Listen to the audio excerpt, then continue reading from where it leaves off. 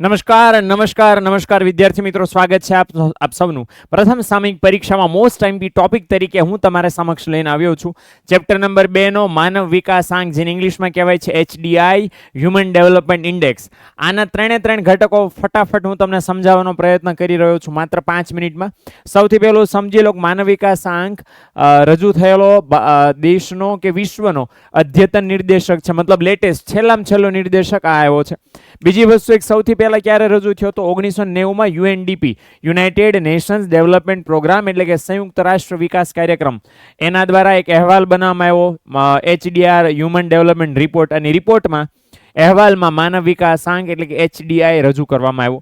હવે રજૂ કરવામાં એવું કહેવાય છે કે ભારતના અર્થશાસ્ત્રીનો ફાળો બહુ મહત્વનો છે, કામનો છે.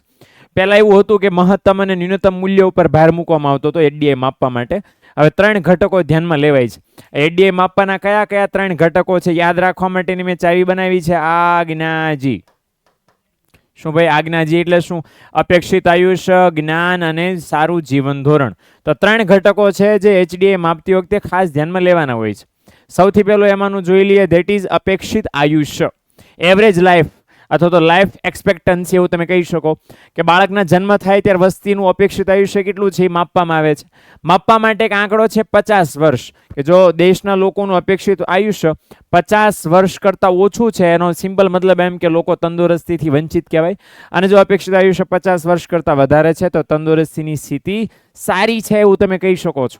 ઓકે, એટલે આ પહેલું થયું અપેક્ષિત આયુષ્ય. બીજું અપેક્ષિત આયુષ્ય પછી આવે છે જ્ઞાન. જ્ઞાનને તમે શિક્ષણ, નોલેજ એવું તમે અત્યારે બોલી શકો છો. હવે એ શાના આધારે મપાય છે તો કે પુખ્ત શિક્ષિતોની ટકાવારી કેટલી છે એના આધારે મપાય. તો કોને કહેવાય પુખ્ત શિક્ષિતો? પુખ્ત શિક્ષિતો કહેવાય એવા તમામ લોકો કે જેની ઉંમર 15 વર્ષ કે તેથી વધુ છે.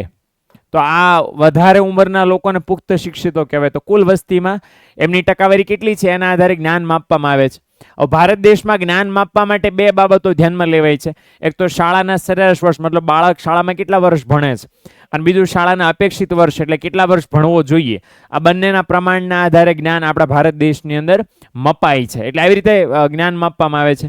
અને નંબર 3 છે HDI નું ત્રીજું ઘટક, ધેટ ઇઝ જીવન ધોરણ, સ્ટાન્ડર્ડ ઓફ લાઈફ. તો જીવન ધોરણ કોને કહેવાય તો કે જીવન ધોરણમાં કઈ બાબતોનો સમાવેશ થાય છે? પાણી ને આરોગ્ય ને સેનિટેશન. સેનિટેશન એટલે કે સ્વચ્છતા. ઓકે, ડ્રેનેજ એટલે ગટર વ્યવસ્થા અથવા તો એમ કહી શકો કચરાના નિકાલની વ્યવસ્થા. મકાન, સંદેશા વ્યવહાર, દૈનિક કેલરી, પ્રોટીન, ચરબી, આ બધું. આ ઉપરાંત 5 વર્ષથી નીચેના બાળકોનો મૃત્યુદર. આ તમામ લોકોનો સમાવેશ, આ તમામ બાબતોનો સમાવેશ જીવન ધોરણની અંદર કરવામાં આવે છે. હવે જીવન ધોરણ કોઈનું સારું હશે કે ખરાબ, વધારે હશે કે ઓછું, એનો બહુ મોટો આધાર આવક ઉપર છે, ઇન્કમ ઉપર છે. ઓકે, જીવન ધોરણનો આધાર આવક ઉપર છે, ઇન્કમ ઉપર છે.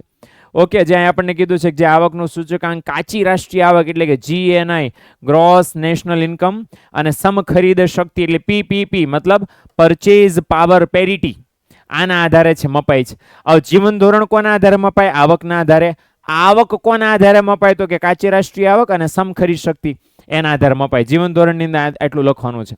હવે HDI ના 3 ઘટકો આવી રીતે પરીક્ષામાં લખશો તો આઈ એમ વેરી શ્યોર કે આ 3 ઘટકોના પરીક્ષામાં 3 માર્ક્સ હશે. ઘણીવાર ધ્યાન રાખજો, HDI વાળો ઘટક છે 5 માર્ક્સમાં પણ પૂછાય, તો એના 3 ઘટકો, એનું મહત્વ, એની મર્યાદા, આટલી વસ્તુ ફરજિયાત તમારે સમજણ થશે. ઘટકો, મહત્વ અને મર્યાદા એટલું કરશો એટલે પરીક્ષામાં આઈ એમ વેરી શ્યોર તમને સારામાં સારા માર્ક્સ મળશે. મળીએ નેક્સ્ટ વિડીયોની અંદર. ત્યાં સુધી આવજો. Tata, bye, see you.